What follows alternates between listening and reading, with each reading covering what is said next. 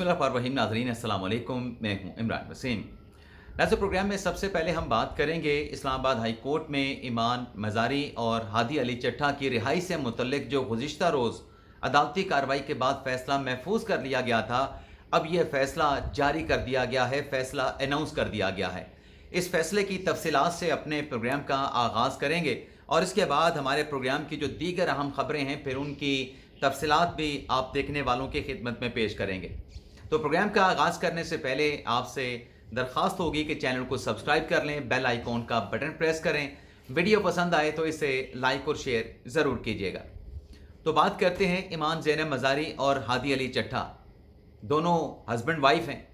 इदारों के ख़िलाफ़ सोशल मीडिया पे मुतनाज़ा ट्वीट्स करने पे सज़ा हुई ट्रायल कोर्ट से 17 साल की सज़ा, 7 करोड़ 20 लाख रुपए का जुर्माना। तो इस फैसले के खिलाफ जो अपील सुप्रीम कोर्ट में इस्लामाबाद हाई कोर्ट में फ़ाइल की गई, उसमें दोनों की सज़ा को मुअत्तल करके ज़मानत पे रिहा करने की इस्तदा भी की गई थी। तो तनाज़ा ये बना कि सस्पेंशन एप्लीकेशन के ऊपर कार्रवाई आगे नहीं बढ़ रही थी। नोटिस हुए लेकिन दोबारा मुकदमा समाअत के लिए फ़िक्स नहीं हो रहा था। लेकिन सुप्रीम कोर्ट में अपील के बाद 24 जुलाई की जो तारीख है जिस पर गुज़िश्ता रोज़ इस्लामाबाद हाई कोर्ट के जस्टिस मोहम्मद आज़म खान साहब ने समाअत की है, उसका अहवाल तो अदालती कार्रवाई का गुज़िश्ता व्लॉग में आपके साथ हम शेयर कर चुके हैं, लेकिन फ़ैसला महफूज किया गया था। अब फैसला महफूज किया गया था कि जो अपने NCCI का एतराज़ था कि सज़ा मुअत्तल करने से मुतल्लिक जो हादी और ईमान की दरख्वास्त है ये क़ब्ल अज़ वक्त है, और क़ब्ल अज़ वक्त ये CMA यानी मुतफ़र्रिक़ दरख्वास्त दायर होने पर नाकाबिल समाअत करार दी जाए, इसे मेंटेनेबल करार ना दिया जाए। तो अदालत ने इस पर फैसला महफूज किया था जो कि अब जारी कर दिया गया है, जिसमें ईमान मज़ारी और हादी अली चट्टा की जो दरख्वास्त है सज़ा मुअत्तली से मुतल्लिक उसको काबिल समाअत करार दिया गया है। लेकिन ये भी एक बारीक नुक्ता है कि काबिल समाअत करार देने का मतलब क्या है। क्या दोनों मुजरमान की जो सज़ाएँ हैं वो मुअत्तल होने जा रही हैं? क्या दोनों मुजरमान ईमान और हादी अली चट्टा, क्योंकि कन्विक्शन के बाद आपका जो स्टेटस है वो एक्यूज यानी मुल्ज़म का नहीं रहता, आप मुजरम हो जाते हैं। तो ये जो हाई कोर्ट का फैसला है इसमें सज़ा मुअत्तल करने की दरख्वास्तों पर बाकायदा समाअत करने का फैसला किया गया है कि सस्पेंशन एप्लीकेशन पे बाकायदा समाअत होगी। समाअत के बाद अदालत ये फैसला करेगी कि आया कि ज़मानत पे दोनों ईमान और हादी को क्या उनकी सज़ा मुअत्तल करके उनको ज़मानत पे रिहा किया जा सकता है। ये तय होना जो है अदालती समाअत में अभी बाकी है। हाँ, एक जो बैरियर है, जो रुकावट है, वो ज़रूर अबूर कर ली गई है कि सस्पेंशन एप्लीकेशन को इस्लामाबाद हाई कोर्ट ने काबिल समाअत, काबिल सुनवाई करार दे दिया है। अब नाज़रीन आ जाते हैं दूसरी खबर। क्योंकि इस्लामाबाद हाई कोर्ट का हमने जिक्र किया तो जस्टिस बाबर सत्तार साहब से मुतल्लिक भी एक अहम खबर है, उनकी तफसीलात से भी आपको आगाह करते हैं। नाज़रीन, इस्लामाबाद हाई कोर्ट से 3 जजेस ट्रांसफ़र हुए। जस्टिस मोहसिन अख्तर कियानी, जस्टिस समन रिफ़त इम्तियाज़ साहबा और जस्टिस बाबर सत्तार साहब। जस्टिस खादिम हुसैन सोमरू साहब का भी नाम था, अरबाब मोहम्मद ताहिर साहब का नाम भी था ट्रांसफ़र जजेस में, लेकिन इनको ड्रॉप कर लिया गया, वापस ले लिया गया नाम जो है इस्लामाबाद हाई कोर्ट के जो चीफ जस्टिस हैं सरफराज डोगर साहब की तरफ से। लेकिन ये 3 जज जो है वो ट्रांसफ़र हो गए। खातून जज को सिंध हाई कोर्ट में, जस्टिस कियानी साहब को लाहौर हाई कोर्ट में और जस्टिस बाबर सत्तार साहब को पेशावर हाई कोर्ट में ट्रांसफ़र किया गया। अब इस ट्रांसफ़र के बाद जो इस्लामाबाद में बाबर सत्तार साहब की सरकारी रिहाइश थी उसे रिटेन किया गया, और बाबर सत्तार साहब ने पेशावर में सरकारी घर जो है वो नहीं लिया, और इसी वजह से नहीं लिया कि वो इस्लामाबाद की सरकारी रिहाइश का रखेंगे, पेशावर में घर वो नहीं लेंगे। अब उस पर हुआ ये है कि जो स्टेट ऑफिस है, जो सरकारी मकान जो है आला आइनी ओहदेदारों को, सरकारी अफसरान को, सरकारी मुलाजमीन को अलॉट करने का जो मुतलका इदारा है, उनकी तरफ से बाबर सत्तार साहब का जो अलॉट किया गया सरकारी मकान था उसकी अलॉटमेंट को 3 जुलाई को कैंसिल कर दिया गया। जिसके बाद इस्लामाबाद हाई कोर्ट के रजिस्ट्रार ने अब नोटिस या एक सर्कुलर जारी किया जिसमें बाबर सत्तार साहब से कहा गया कि चूंकि आपका जो मकान है सरकारी, जो कि स्टेट ऑफिस ने आपको अलॉट किया था इस्लामाबाद हाई कोर्ट के जज की हैसियत से, और अब आपका ट्रांसफ़र पेशावर हाई कोर्ट में हो चुका है, तो आप ये मकान 30 रोज़ में खाली कर दें। और 30 रोज़ की जो मियाद है वो 3 जुलाई 2026 से शुरू हो चुकी है। अब देखते हैं, बाबर सत्तार साहब असूली जज हैं, तो क्या वो ये घर खाली करते हैं या फिर लिटिगेशन में जाते हैं, किसी फोरम से रिज्यू करते हैं और पेशावर में सरकारी घर लेते हैं या नहीं लेते। लेकिन बहरहाल जो फैक्ट है वो ये है कि उनका मकान उनको खाली करने का कह दिया गया और 30 दिन की उनको जो है वो मोहलत दे दी गई है। अब नाज़रीन बात कर लेते हैं बल्कि सुप्रीम कोर्ट वाली खबर आपके साथ शेयर कर लेते हैं, फिर उसके बाद पीटीआई से जुड़ी खबरें आपके साथ हम शेयर कर लेते हैं। नाज़रीन आपको याद होगा कि जब 26वीं आईनी तरमीम हुई, 26वीं आईनी तरमीम के बाद सुप्रीम कोर्ट में रेगुलर बेंचेस बने और 26वीं आईनी तरमीम के तहत कॉन्स्टिट्यूशनल बेंचेस जो है वो बनाए गए। बल्कि कॉन्स्टिट्यूशनल बेंच के लिए जजेस जो है वो नॉमिनेट किए गए जुडिशल कमीशन के ज़रिए। उसमें गालिबन 7 या 8 जज थे, तो कभी 4 रुकनी बेंच पे बैठ जाता था, कभी 5 रुकनी बेंच बैठ जाता था, कभी 7 रुकनी बेंच भी बैठा और कभी 3 रुकनी बेंच भी बना कॉन्स्टिट्यूशनल बेंचेस के लिए। तो जो रेगुलर बेंचेस थे वो आईनी बेंचेस के मुकदमात नहीं सुन सकते थे, बल्कि सुप्रीम कोर्ट में स्टार ऑफिस की साइट पे शॉर्ट लिस्टिंग शुरू होगी कि कौन से मुकदमात आईनी बेंचेस सुनेंगे और कौन से मुकदमात रेगुलर बेंचेस को समाअत के लिए कार्रवाई के लिए भिजवाए जाएंगे। अब वो शॉर्ट लिस्टिंग होगी, उसमें एक गलती होती है कि कस्टम ड्यूटी से मुतल्लिक एक मुकदमा जो कि कॉन्स्टिट्यूशनल बेंच को जाना था वो मंसूर अली शाह साहब के बेंच में लग गया। अब ये मुकदमा लगने से पहले कई बार मंसूर अली शाह साहब की तरफ से रिमार्क दिए गए कि क्या 26वीं आईनी तरमीम के बाद जो आईनी बेंचेस बने हैं जो कि आईनी इंटरप्रटेशन के लीगल इंटरप्रटेशन के मुकदमा सुनते हैं वो तो आईनी बेंच हो गया, तो हमारा जो बेंच है क्या ये गैर आईनी बेंच कहलाएगा? हम तो गैर आईनी बेंच है। इस तरह के रिमार्क्स भी मंसूर अली शाह साहब देते रहे और उसकी शायद वजह यह भी थी कि 26वीं आईनी तरमीम के से पहले उन्होंने सुप्रीम कोर्ट का चीफ जस्टिस बनना था, लेकिन 26वीं आईनी तरमीम में 3 जजेस का पैनल गया, जो तरीकाकार था चीफ जस्टिस की तैनाती का उसको तब्दील किया गया, तो जस्टिस याहिया अफरीदी साहब का जो नाम है उनके नाम का कुरा निकल आता है। याहिया अफरीदी साहब सुप्रीम कोर्ट के चीफ जस्टिस बन जाते हैं, मुनीब अख्तर साहब का नाम नहीं होता, जस्टिस मंसूर शाह साहब का नाम अप्रूव नहीं होता, याहिया अफरीदी साहब का नाम जो है वो अप्रूव हो जाता है। अब वो मुकदमा कस्टम ड्यूटी का जब गलती से मंसूर शाह साहब के बेंच में लगता है तो मंसूर शाह साहब उस केस को लेके बैठ जाते हैं कि हम तो इस केस को सुनेंगे, हम इस केस में तय करेंगे, पैरामीटर तय करेंगे कि क्या हम ये मुकदमा सुन सकते हैं रेगुलर बेंचेस में या फिर ये आईनी बेंच ही सुनेगा। अब वो मुकदमा अपने पास रखने पे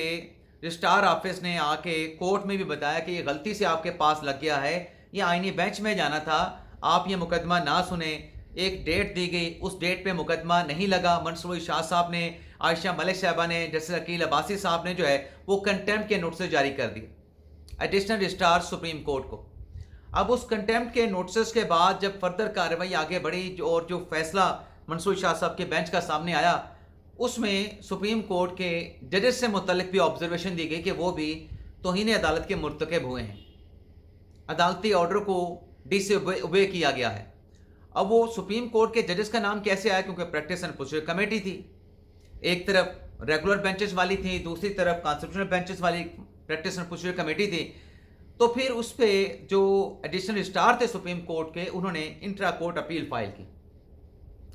अब वो इंट्रा कोर्ट अपील लगी कॉन्स्टिट्यूशनल बेंच ने। अब कॉन्स्टिट्यूशनल बेंच ने मंसूर शाह साहब का फैसला कलअदम करार दे दिया और उसमें अतहर मिनल्ला साहब भी थे, और अतहर मिनल्ला साहब ने मंसूर शाह साहब की पर्टिकुलर जो राय थी इस मुकदमे को सुनने के हवाले से, अतहर मिनल्ला साहब ने भी उस राय के साथ इख्तलाफ किया था कि मुकदमा ये कॉन्स्टिट्यूशनल बेंच का ही था, ये रेगुलर बेंच का अख्तियार नहीं था कि इस मुकदमे को वो सुनते। लेकिन आपके सामने जो मुद्दा रखने जा रहा हूँ ये है कि एक चीज़ में क्लैरिटी होने के बावजूद भी एक एडवेंचर हुआ, जुडिशल एडवेंचर हुआ, जो कि आइन और कानून की मंशा के बरक्स था। अब उसके बाद क्या होता है कि 26वीं तरमीम, फिर 27वीं आईनी तरमीम, फेडरल कॉन्स्टिट्यूशन कोर्ट बन जाती है, नैब कानून में तरमीम होती है और नैब कानून में तरमीम करके तमाम जो नैब के मुकदमात हैं उसे एफसीसी को ट्रांसफ़र कर दिया जाता है। ऐसे ही एक केस जो है वो जस्टिस मोहम्मद अली मदर साहब के बेंच में लगता है और वहाँ पे सवाल उठता है कि बेशक नैब कानून में तरमीम कर दी गई है, लेकिन तरमीम के बावजूद हाई कोर्ट से तो फैसला اگر کوئی ہوتا ہے نیب پہ فیصلے پہ، اکاؤنٹیبلٹی کورٹ کے ججمنٹ پہ ہائی کورٹ کوئی فیصلہ کرتی ہے تو مرکزی اپیل ایف سی سی میں جائے گی، لیکن جو ضمانت کے کیسز ہیں، جو سزا معطلی کے کیسز ہیں، وہ ایف سی سی نہیں جائیں گے، بلکہ اس کا اختیار سپریم کورٹ آف پاکستان کا ہے۔ تو اس پہ محمد علی مدد صاحب کا بینچ، اس میں مسرت ہلالی صاحبہ، جسٹس شاہد بلال صاحب، مطلب جسٹس مسرت ہلالی صاحبہ، انہوں نے دونوں جانب کے دلائل سننے کے بعد کیا فیصلہ دیا؟ اس 3 رکنی بینچ نے وہ ایڈونچر نہیں کیا جو ماضی میں جسٹس منصور اشاد صاحب نے کیا تھا۔ 3 رکنی بینچ نے یہ ڈکلیئر کیا